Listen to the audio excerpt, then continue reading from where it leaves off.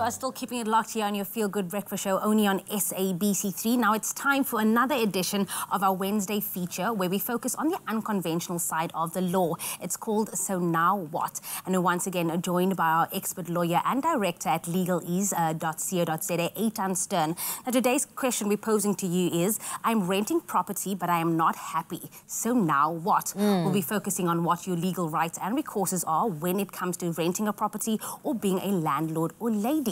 So welcome back to us. Good to be here. Interesting topic. I was about to say it's absolutely interesting because people are moving in and out of places, the beginning of the year, and moving already is such a schlep. I've just moved into a new place and my landlord is a hard ass. I don't know if I can say that on TV. Oh, shame. Oh, hectic. And then it's also an interesting topic for you as well to discuss. So you speak from from the heart. Yeah. What's the importance between, like, for the landlord and the tenant to fully know, their rights?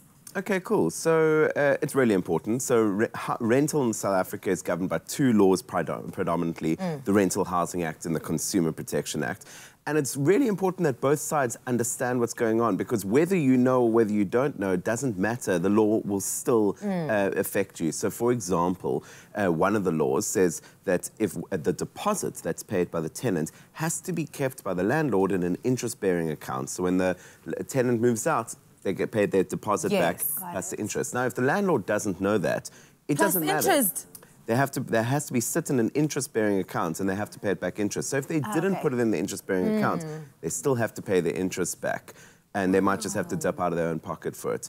Another example would be that the tenant and the landlord must do an inspection before the tenant moves in to see what's broken. If they don't do that, there still can be an inspection when the tenant moves out, and the tenant can be forced to pay for things that weren't necessarily his or her damage. So it's really important to know what's going on, because if you don't understand the laws, it doesn't mean the laws won't affect you. No, absolutely. Now, let's speak about if you're unhappy in a case. You're unhappy, you want to cancel your lease before the year is finished.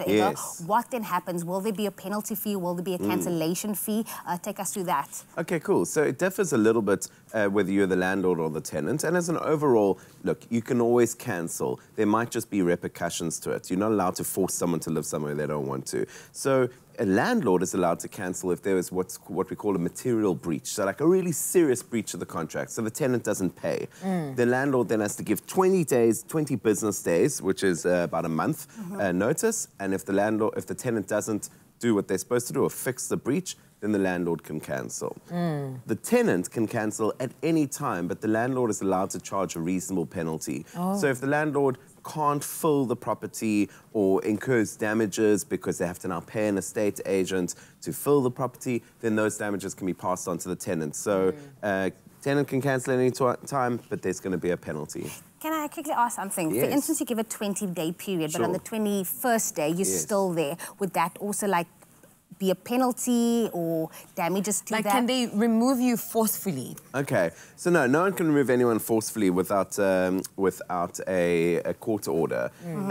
So the way that it works, if you want to remove someone from a property, you can't just force the tenant out. You can't just go and change the locks. That's illegal. Tenants have a lot of rights in South African law. So what they have to do is you have to go to a court and you have to go through an eviction process, and the court has to order that tenant out. And at the end of the eviction process, if the tenant still won't leave, then they can get the sheriff to come around and essentially force the person out. But us as, regular citizens are not allowed to force people out of properties. So, renting is all about a balance of rights. It's balancing a landlord's right to get use of this property, which is an expensive asset, and it's balancing a tenant's right to use and enjoy something which they're paying money for. So it's always going to be a balance. Interesting. Well, listen, we're going to continue this conversation a little bit later on. When we come back, we talk about the unconventional side of the law on our Wednesday feature. So now what? Head on over to our social media if you have any questions for Eitan Stern, our friend at Legalese.co.za. It's my Feel Good Breakfast Show. Welcome back, everybody, to your Feel Good Breakfast Show right here on SABC3. Now, we are continuing our discussion with lawyer and our friend and director at Legalese.co.za, Eitan Stern. And the question we asked today is, so now what? If you are renting, what are the legal rights when it comes to the landlord and the landlady and the tenant? So it's a very interesting conversation. And just before the break, you said you are renting as well, but it's from your mom, so she's your landlord, okay? But you said she's a hard ass. But I think that's the ground ground that you have to put it. Sometimes you have to have an open communication before you even move in with a person, right? Or move into that space. With your landlord? With your landlord and tenant, there should always be an open communication. 100%. I mean, with anything in law, like the more communication that you have, the better. So if you're renting from an estate agency or a landlord, I mean, you really want to kind of make sure that you're both on the same page. You know, that you hear horror stories about people moving in and there's, you know, damage to the property which they didn't know about, or there's hidden fees which they didn't know about. So yeah, the more I suppose with everything in the law, the more the communication, the better. Yeah. There's one question that's very interesting here that I want to touch on because a friend of mine actually experienced this most recently. Can the tenant's right to remain in the property be cancelled if the landlord decides to sell the property? Oh, wow. Okay, it's a great question. So the law deals with this very specifically, and there's a kind of legal clause or a legal tenant called that says rental goes before sale. And what that means is that when a property is sold, if there's a tenant in it, the property is sold with the tenant. The new buyer can't just cancel the property and say, listen, the property is sold.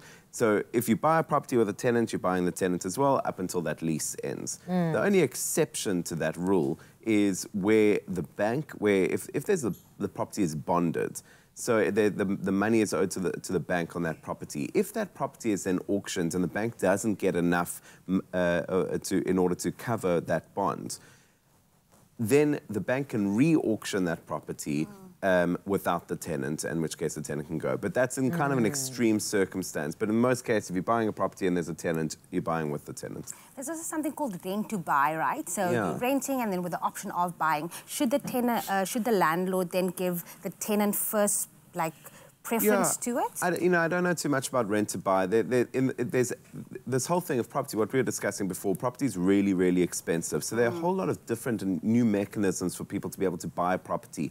Fractional ownership, rent to buys. There's, buying properties in different schemes. There's a lot of options out there. Some of them are really interesting and we could really see the landscape of buying property change in the next couple of years. Some of them are quite dangerous and you should really beware about. So, if you're going to go into some sort of property buying scheme, like a rent to buy or fractional ownership, it's crucial to do your research, to really, really understand, take legal advice and really understand what you're getting involved in because, it can get quite complex and it's an area which is busy in the process of being disrupted.